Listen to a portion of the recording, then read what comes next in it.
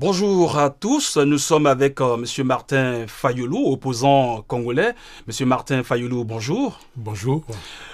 Merci de répondre aux questions de la DW, la radiodiffusion télévision internationale allemande. Vous êtes avec nous ici à Bonn, dans nos studios, et avec vous, nous allons parler de la vie politique en République démocratique du Congo, à pratiquement un an de la présidentielle prévue en décembre 2023. Nous parlerons également de la situation sécuritaire dans l'est du pays et de la vie socio-économique au Congo. On commence par la situation sécuritaire avec tout ce qui se passe en ce moment dans l'est du pays, dans la région du Nord Kivu. Comment réagissez-vous à la reprise des hostilités dans l'est du Congo entre les rebelles du M23 et l'armée congolaise? D'abord, merci de m'avoir invité. Et, je voudrais simplement dire que ce ne sont pas les hostilités des rebelles. Le Congo est attaqué.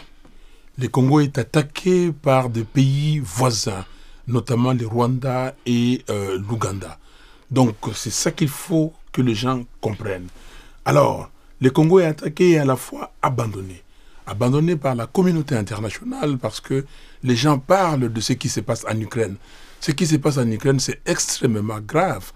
On tue, on pille et la vie des gens sont menacées. Mais ce qui se passe aussi au Congo est autant grave parce qu'au Congo, on tue, on pille et les gens n'ont pas de vie au Congo. Au Congo, il y a 10 millions de Congolais qui ont été tués depuis que cette affaire a commencé depuis 1994. Au Congo, il y a aujourd'hui 6 millions de Congolais qui sont des déplacés internes. 6 millions de Congolais. Au Congo, il y a plus d'1 million de Congolais qui sont des réfugiés, qui n'ont pas, qui ont quitté leur pays parce qu'on les a forcés de quitter le pays. Au Congo, il y a plus de 5 millions d'enfants en âge de moins de 5 ans qui n'ont pas à manger. Ils sont malnutris et ils n'auront pas de croissance. Au Congo, il y a tout ça. Donc maintenant, ce que j'ai dit, le problème, ce ne sont pas des violences, ce ne sont pas des conflits, ce ne sont pas des rebelles, c'est des armées étrangères attaquent le Congo. Il faut que les gens le prennent comme ça. Alors, vous citez le Rwanda qui serait l'agresseur du Congo. Alors, quel intérêt a le Rwanda à agresser le Congo? Mais le Rwanda a l'intérêt. Le Rwanda dit qu'il y a une partie de son territoire qui se trouve au Congo. Vous n'avez pas entendu ça? Le Rwanda exploite les ressources naturelles du Congo. Les coltans congolais, l'or congolais. Et vous avez des preuves que le Rwanda exploite toutes ces ressources? Mais le Rwanda les met dans ses exportations. Le Rwanda a une raffinerie d'or. Le Rwanda n'a pas d'or dans son sous-sol. Où est-ce que le Rwanda trouve cet or-là? Tout l'or que le Rwanda exporte.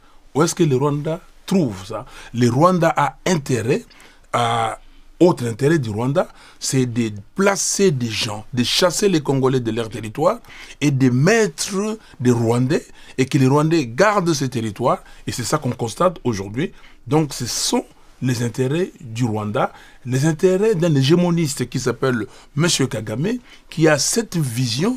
Il croit qu'il va dominer cette partie du continent. Et nous lui disons que non, le peuple congolais n'acceptera jamais que son pays soit balkanisé, n'acceptera jamais qu'un centimètre carré, même un millimètre de son territoire soit cédé au Rwanda. Alors, le gouvernement congolais a expulsé récemment l'ambassadeur du Rwanda à Kinshasa. C'est une bonne mesure selon vous, une bonne décision? Mais écoutez, on le demande depuis longtemps, depuis que j'ai demandé que ce monsieur devait partir, et parce que le Rwanda nous a attaqués. Et depuis que je demande, l'Union africaine doit prendre des décisions contre le Rwanda. Depuis que je demande que les Nations Unies doivent prendre des décisions contre le Rwanda, et même tous les pays épris de paix et de justice doivent intervenir et sanctionner le Rwanda.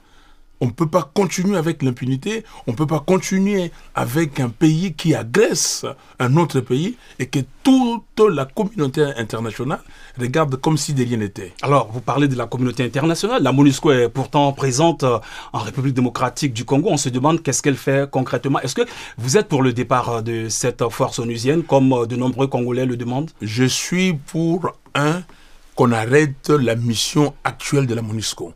la mission de stabilisation. On ne peut pas stabiliser quelque chose qui n'existait pas.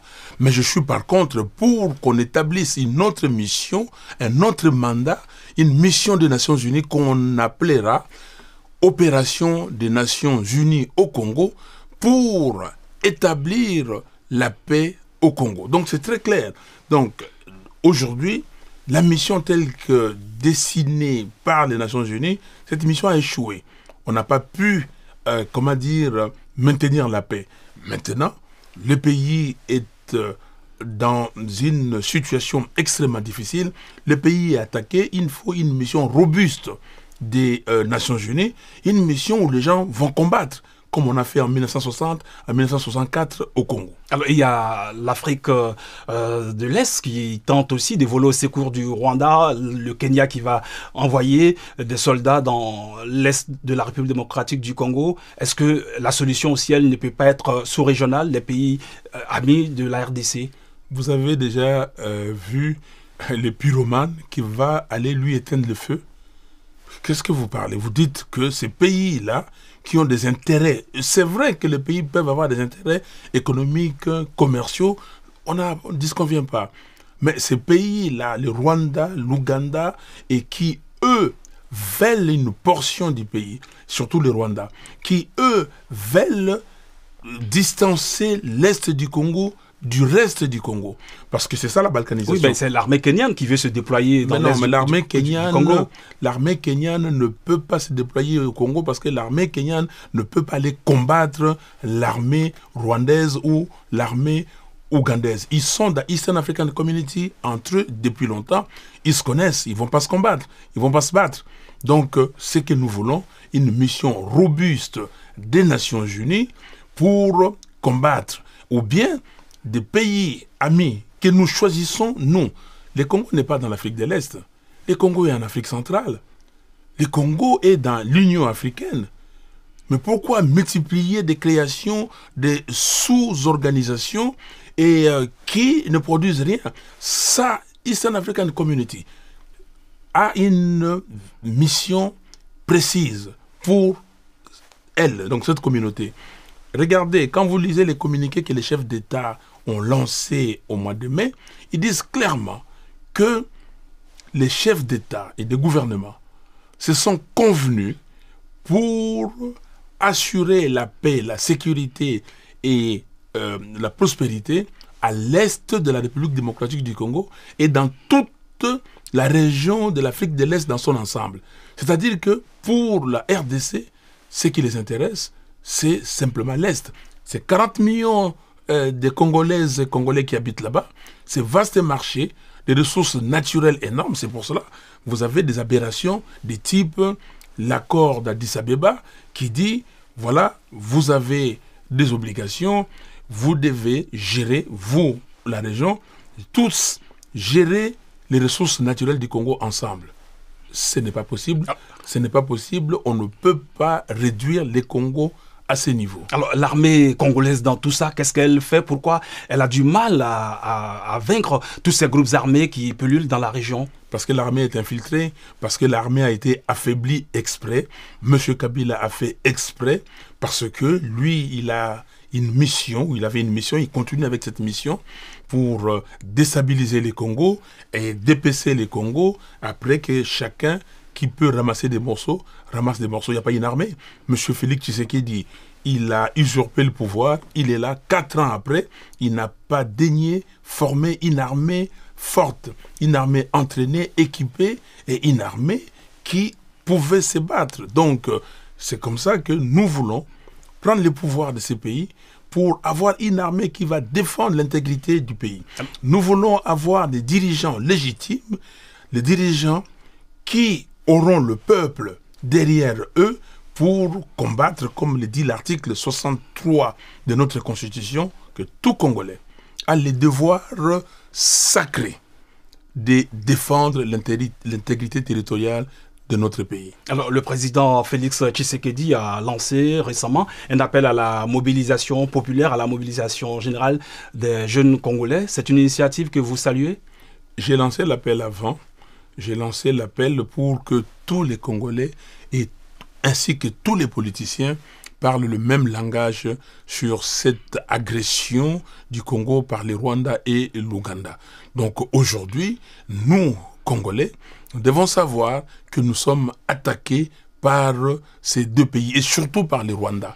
Et donc, il y a une concurrence qui s'est faite entre ces pays, surtout les Rwandais et l'Ouganda, et chacun veut tirer profit du Congo. Chacun constate que Félix Tshisekedi est très faible et ils veulent tirer avantage. Donc pour moi, Félix Tshisekedi, c'est parmi, le problème. C'est lui le problème. Lui, il a été mis en place par M. Kagame et M. Kabila. Ils ont manigancé, ils ont signé des deals. Et aujourd'hui, Félix Tshisekedi ne peut pas, ouvertement faire ce qu'il a décidé, ce qu'il a dit qu'il allait faire, parce que le peuple congolais ne veut pas qu'il le fasse. Par exemple, il a demandé ou il a accepté de recevoir la police rwandaise à Goma. Et les Congolaises et les Congolais ont dit non, nullement question. Et c'est comme ça que vous avez vu, pour le pousser à faire ce qu'il devait faire, M. Kagame a envoyé ses supplétifs à Bunagana et finalement aussi envoyé Félix Tshisekedi dans Eastern African Community. Donc c'est quelque chose de préarrangé. Ce que M. Tshisekedi Félix fait maintenant, c'est qu'il est en train d'accompagner le mouvement pour qu'à un moment donné, on se dise, mais écoutez, on ne peut rien, il faut négocier avec ces gens-là. Donc on met les M23 dans l'armée congolaise, on dit que les M23 devient un parti politique, ils occupent des fonctions, et aussi, dans l'entretemps, on se dit, est-ce qu'on peut organiser des élections maintenant avec tout ce qui se passe? On postpose les élections, ou dans l'entretemps, pendant que les gens sont distraits, on organise la fraude électorale. Alors, voilà. Monsieur Martin Fayulu, vous êtes en ce moment en Allemagne. Qu'est-ce que vous attendez concrètement d'un pays comme l'Allemagne en particulier, et l'Union européenne et la communauté internationale en général, pour régler une bonne fois pour toutes, si cela est possible, cette crise sécuritaire dans l'Est du Congo? Très bonne question. C'est que j'attends de l'Allemagne, que l'Allemagne fasse ce qu'elle est en train de faire en Ukraine. C'est que le Congo est attaqué et le gouvernement allemand doit condamner le Rwanda, doit condamner l'Ouganda. Ça, c'est un. De deux, le gouvernement allemand, comme l'Union européenne, tous, ils doivent aider l'armée congolaise, comme on aide l'armée ukrainienne.